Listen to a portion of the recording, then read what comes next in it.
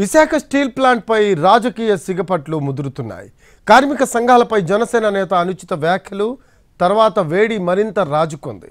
ఉక్కు పరిశ్రమను మూసేసేందుకు వైసీపీ ప్రభుత్వం సహకరిస్తే కార్మిక నేతలు భాగస్వాములయ్యారని జనసేన నేత బొలిశెట్టి ఆరోపించారు. ఈ వ్యాఖ్యలపై కార్మిక సంఘాలు ఆగ్రహంతో రగిలిపోతున్నాయి. విశాఖ స్టీల్ ప్లాంట్ ప్రైవేటీకరణ జరగబోదని కేంద్ర రాష్ట్ర ప్రభుత్వాలు భరోసా ఇస్తున్న రాజకీయ వేడి మాత్రం రాజుకుంటూనే ఉంది. కార్మిక సంఘాల విశ్వసనీయతపై తీవ్ర వ్యాఖ్యలు చేస్తున్నారు జనసేన ముఖ్య నేత బొలిశెట్టి సత్యనారాయణ. 3 ఏళ్ల కాలంలో అఖిల పక్షాన్ని ఏర్పాటు చేసే దిశగా వైసీపీ ప్రభుత్వాన్ని ఒప్పించడంలో ఉక్కు పరిరక్షణ పోరాట సమితి ఘోరంగా విఫలమైందన్నారు. వైసీపీ ప్రభుత్వానికి కొంతమంది కార్మిక నాయకులు సరెండర్ అయిపోవడమే అసలు కారణమని, పోరాటం పేరుతో ప్లాంట్ పరిరక్షణను పక్కదారి పట్టించే ప్రయత్నం చేశారని మండిపడ్డారు.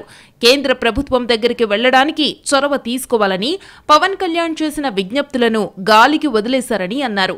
ఇప్పుడు ఆయన అపాయింట్మెంట్ కోరడం ఎత్తుగడలో భాగమేనంటున్నారు బొలిశెట్టి. ఆయన జగన్మోహన్ రెడ్డి గారు అధికారంలో ఉన్న 3 సంవత్సరాలు ఎందుకు తత్సారం చేశారు? దాని వెనకతలు ఏ కార్మిక నాయకులు ఉన్నారు?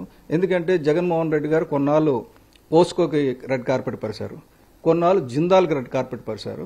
ఆ తర్వాత డైరెక్ట్గా చీఫ్ సెక్రటరీ గారిని పట్టుకొని మనం ఇక్కడే రాజధాని కట్టేసుకుందాం, 30,000 ఎకరాలు ఉంది, స్టీల్ ప్లాంట్ని లేపేద్దాం అన్నారు. స్టీల్ ప్లాంట్ని లేపేద్దాం అన్న వైసీపీతో ఏ కార్మిక నాయకుడు కుమ్మకై తిరిగాడు? ఉదయం ఒక పార్టీ, రాత్రి ఒక పార్టీ. నేను ఎందుకు చెప్పానంటే అది బాగా కడుపు మండి కార్మికుల తరపునే, నిర్వాసితుల తరపున ఆలోచించి వీళ్ళు ద్రోహం చేస్తున్నారనిపించింది. ఉక్కు పోరాట నాయకత్వాన్ని టార్గెట్ చేస్తూ బొలిశెట్టి చేసిన వ్యాఖ్యలు దుమారం రేపుతున్నాయి.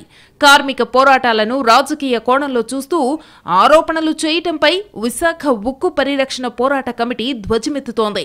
జనసేనలో ఉండి బీజేపీ ఏజెంట్లా మాట్లాడుతున్న బొలిశెట్టి స్టీల్ ప్లాంట్ టెంట్ దగ్గరకొస్తే ఎవరి సత్తా ఏంటో తేలిపోతుందన్నారు. కార్మిక సంఘాల్లో ఎవరు కుమ్మక్కయ్యారో చెప్పాలని కార్మిక సంఘం నేతలు డిమాండ్ చేస్తున్నారు.